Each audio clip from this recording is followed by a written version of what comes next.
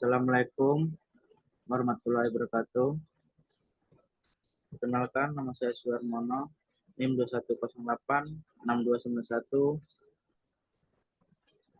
akan menjelaskan tentang strategi dengan mata kuliah strategi dan teknologi pembelajaran PJOK dengan materi Project Based Learning. Yang terhormat dosen pengampu mata kuliah Dr. Nirwandi, MPD. Baik, saya akan menjelaskan tentang pengertian Project Based Learning. Pembelajaran berbasis Project Based Learning disingkat dengan PBL adalah pendekatan pembelajaran yang menekankan pada keterlibatan siswa dalam proyek dunia nyata untuk meningkatkan pengalaman belajar mereka. Dalam PBL,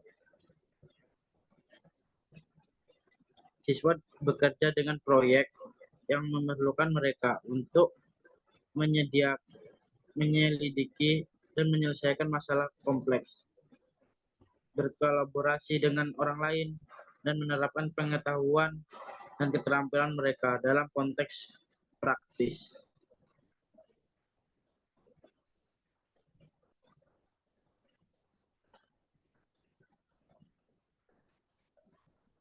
Kemudian proyek-proyek tersebut sering mencerminkan tentang tantangan dan skenario ontetik, mendorong pemikiran kritis, kreativitas, dan pemahaman yang lebih dalam terhadap materi pembelajaran.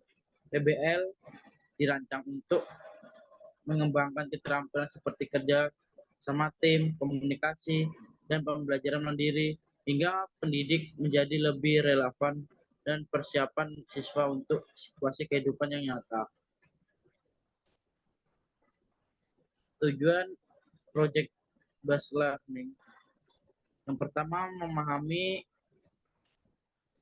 pemahaman mendalam.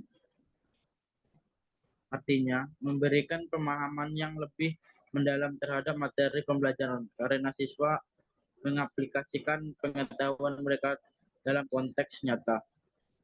Selanjutnya, yang kedua, pengembangan keterampilan, yaitu mendorong pengembangan keterampilan kritis seperti memecahkan masalah, pemikiran kreatif, komunikatif, dan kerja sama tim. Yang ketiga, relevan konteks. Artinya membuat pembelajaran lebih relevan dengan mengaitkan materi pembelajaran dengan situasi dunia nyata, memberikan konteks yang bermakna.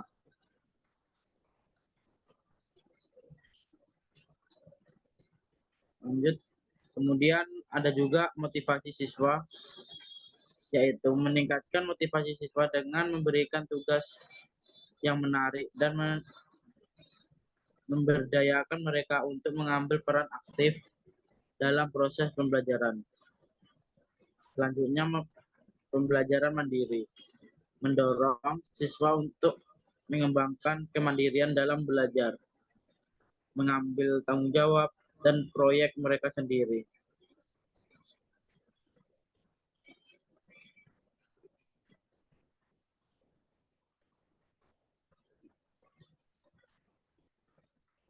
Ada juga sintak mode pembelajaran based learning. Yang pertama, pilih tema atau topik yang relevan dan menarik bagi siswa. Yang kedua, perencanaan proyek, yaitu perencanaan proyek yang mencakup tujuan pembelajaran, aktivitas, dan akan dilakukan, dan produk akhir yang diharapkan. Pengenalan proyek. Yang ketiga, pengenalan proyek. Pengenalan proyek pada siswa, menjelaskan tujuan dan tunjukkan relevansi dengan materi pembelajaran.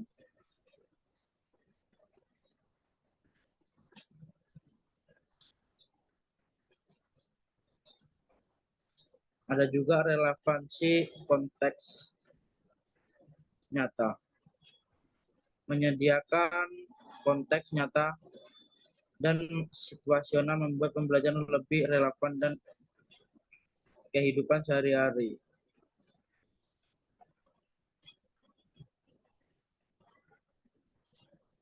Lanjut, ada juga motivasi tinggi.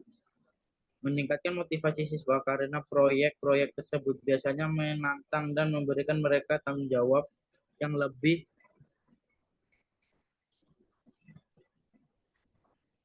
besar atas pembelajaran mereka. Lanjut, pembelajaran mandiri.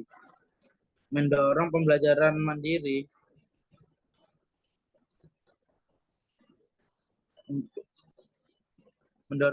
mandiri dan kemampuan siswa untuk mengelola waktu dan sumber daya.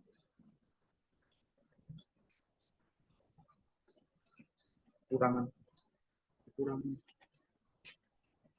Ada juga di sini kekurangan dari based learning.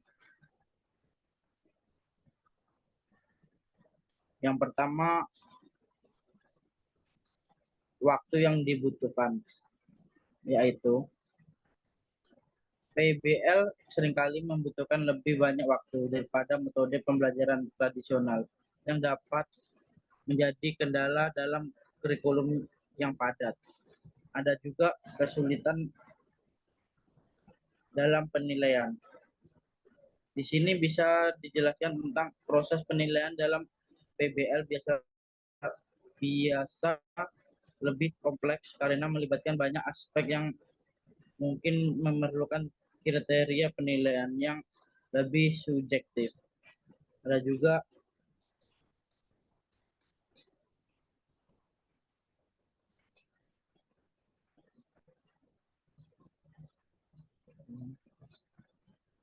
pengarahan yang kurang jelas. Beberapa siswa mungkin merasa bingung jika arahan atau tujuan proyek tidak disampaikan dengan jelas. Memerlukan peran guru yang jelas dalam memberikan panduan. Yang terakhir, ketidakpastian hasil. Dari hasil PBL mungkin tidak selalu dapat diprediksi dan ada kemungkinan bahwa beberapa proyek tidak mencapai tingkat keberhasilan yang diharapkan. Sekian, terima kasih atas penjelasan yang telah saya sampaikan. Kurang dan lebih, mohon maaf. Saya akhiri. Assalamualaikum warahmatullahi wabarakatuh.